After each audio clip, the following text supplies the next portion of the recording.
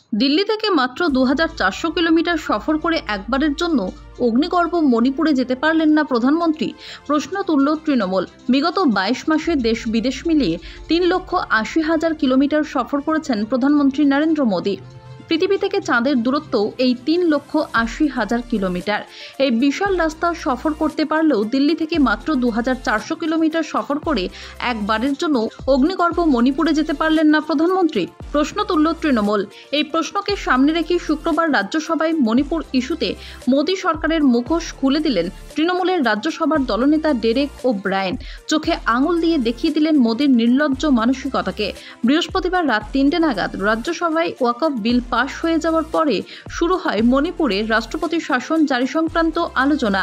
এই আলোচনায় অংশ নিয়ে তৃণমূল কংগ্রেসের রাজ্যসভার দলনেতা ডেরেক ও ব্রায়েন জানতে চান, দেশ বিদেশে এত রাস্তা যেতে পারলেও কেন একবারের জন্য অগ্নিগর্ভ মণিপুরে গেলেন না প্রধানমন্ত্রী মোদী।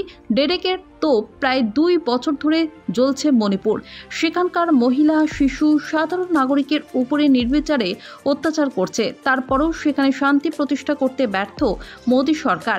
এদিকে ডেরেক অভিযোগ করেন, বিজেপির সাংসদরা চিৎকার করে স্লোগান তুলে সংসদের কাজকর্ম বিঘ্নিত করছেন, অথচ বিরোধী সাংসদদের একটি প্রসঙ্গ উত্থাপন করতে দেওয়া হচ্ছে না, কথা বলতে দেওয়া হচ্ছে না গুরুত্বপূর্ণ বিষয়ে। মোদী সরকারের অধ্যত্বকে কাঠগড়ায় তুলে ডেরেকের প্রশ্ন, কেন মোদী সরকার এটা স্বীকার করছে না যে মণিপুরে বড় সমস্যা রয়েছে। তার কথায় 22 মাসে মণিপুরে যে ক্ষতি হয়েছে তা মেরামত করতে গেলে সরকারের 22 বছর সময় লাগবে। প্রধানমন্ত্রী মোদী মণিপুর না গেলেও তৃণমূল কংগ্রেসের প্রতিনিধি দল মণিপুরে গিয়ে সেখানকার অধিবাসীদের সঙ্গে কথা বলেছে।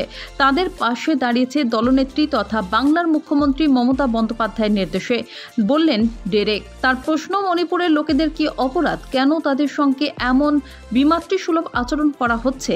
রাত 3টের সময় সবার চোখের আড়ালে, টিভির আড়ালে কেন সংসদের উচ্চকক্ষ রাজ্যসভায় মণিপুর নিয়ে আলোচনা করা হচ্ছে, প্রশ্ন তোলেন তিনি। এই প্রসঙ্গে বিজেপির মণিপুর প্রীতি নিয়েও কটাক্ষ করেন তিনি। তার তো বিজেপির মুখে মণিপুর প্রীতি মানায় না, মহিলাদের সম্মানের কথা মানায় না। বাংলার মুখ্যমন্ত্রী মমতা বন্দ্যোপাধ্যায় কিভাবে সবসময় দুর্গতদের পাশে দাঁড়ান তার উদাহরণও তুলে ধরেন তৃণমূল কংগ্রেসের রাজ্যসভার দলনেতা ডেরেক ও ব্রায়েন। ট্রেজারি বেঞ্চকে হুঁশিয়ারি দিয়ে ডেরেকের তোপ, সংখ্যা তত্ত্বের নিরীক্ষে লোকসভায় 240টি আসন পাওয়া বিজেপির পরিস্থিতি কিন্তু একেবারেই ভালো নয়।